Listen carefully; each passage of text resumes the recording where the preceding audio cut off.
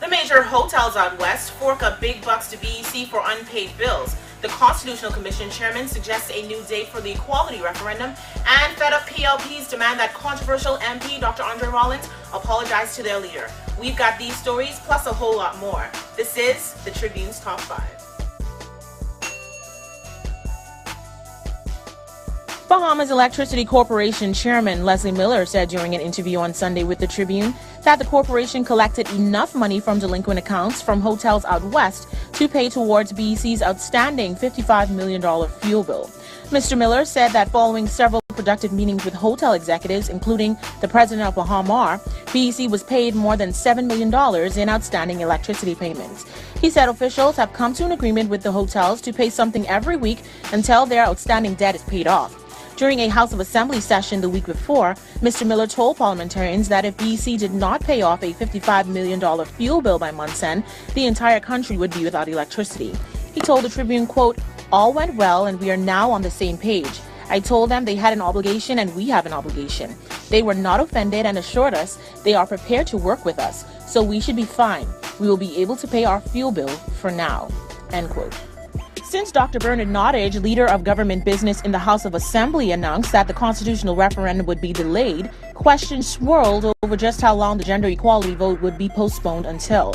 But on Tuesday, Constitutional Commission Chairman Sean McQueenie shed more light on the Commission's thought process, saying they recommended that the vote be held at the end of April or no later than the end of June 2015. Mr. McQueenie said the Commission believed the time frame would give the Christie administration the opportunity to correct any misinformation that may be floating around in the public. He told the Tribune that the Commission's education campaign would ramp up this weekend in the Family Islands, where there were plans to increase the volume of meetings and presentations on the 4 proposed equality bills. The tables need to be turned on crime. That was the opinion of State National Security Minister Keith Bell, as he suggested that in order to get a handle on violent crimes throughout the capital, all of the major crime hotspots need to be locked down. State National Security Minister Keith Bell said police need to be acutely aware of the movement of persons in certain areas that are known hotbeds for crime or neighborhoods where criminals live. Mr. Bell, who is also a senator, revealed to the Tribune several initiatives the government has implemented as a result of the special meetings between Prime Minister Perry Christie, National Security Minister Dr. Bernard Nottage, and Police Commissioner Ellison Greenslade. During an interview with the Tribune, Mr. Bell said, "I think the Bahamian people are to the point where they are prepared to allow us to take draconian actions because it cannot be where the peaceful country that we know allows a handful of persons to hold us at bay. A lockdown means that anything that goes in, anything that wants to come out, and anything that moves within, law enforcement is aware of," end quote. Dr. Nottage said on Wednesday that the government was considering a lockdown of notorious crime areas, but only to the extent that the law permits. It's been almost 2 months of virtually nothing definitive from the government regarding Works Parliamentary Secretary Renwood Wells and his reported unauthorized signing of a $650 million letter of intent with Stellar Waste Management to build a power plant at the New Providence landfill. However, Prime Minister Perry Christie, fresh off of his trip from a United Nations session in New York, said Mr. Wells will address the nation on the letter of intent controversy. Mr. Christie confirmed that Mr. Wells would speak in the House of Assembly before it breaks for the summer, while pointing to calls from the Free National Movement for a select committee on the issue. His words followed Deputy Prime Minister Philip Brave Davis's reassurances to the Tribune on Tuesday night that as soon as Prime Minister Perry Christie returned, the consequences would be known on the issue. The government's failure to reach a resolve sparked fierce criticisms from the FNM and its leader, Dr. Hubert Minnis, who said the Christie administration was the worst government to ever lead the country. After weeks of fiercely opposing and criticizing his own party, PLPs showed Port Charlotte MP Dr. Andre Rollins just how displeased they were with his actions in a heated council meeting at the party's headquarters on Thursday night.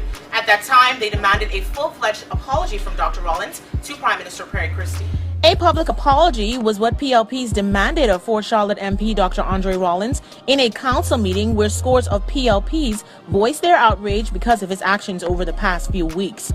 Tempers flared at that meeting as Dr. Rollins defended his public criticisms of the PLP's leadership at that party's headquarters on Thursday night. At one point during the meeting, Dr. Rollins could be heard shouting that he would apologize. However, his words were met by loud booing and heckling from stalwart National Council members. A four-member committee has been appointed to review Dr. Rollins' actions and will present their recommendations on his fate at next month's meeting. The meeting came after weeks of tensions between party members and Dr. Rollins over his lambasting of the party and controversial stance against key pieces of legislation. Earlier in the week, Dr. Rollins sent what were perceived threats to disclose damning information concerning the controversy over Works Parliamentary Secretary Renwood Wells' signing of a $650 million letter of intent with Stellar Waste Management. The threat led party chairman Bradley Roberts to tell Dr. Rollins to, quote, shut the hell up, end quote. It was the most forceful denunciation of the member since he began lashing out at the Christie administration weeks ago. Want to get in on the discussion? Well, here's how you can. Just log on to our website at www.tribune242.com. Like us on Facebook, the Tribune News Network. Send us a tweet at Tribune242 or subscribe to our YouTube page, Tribune242.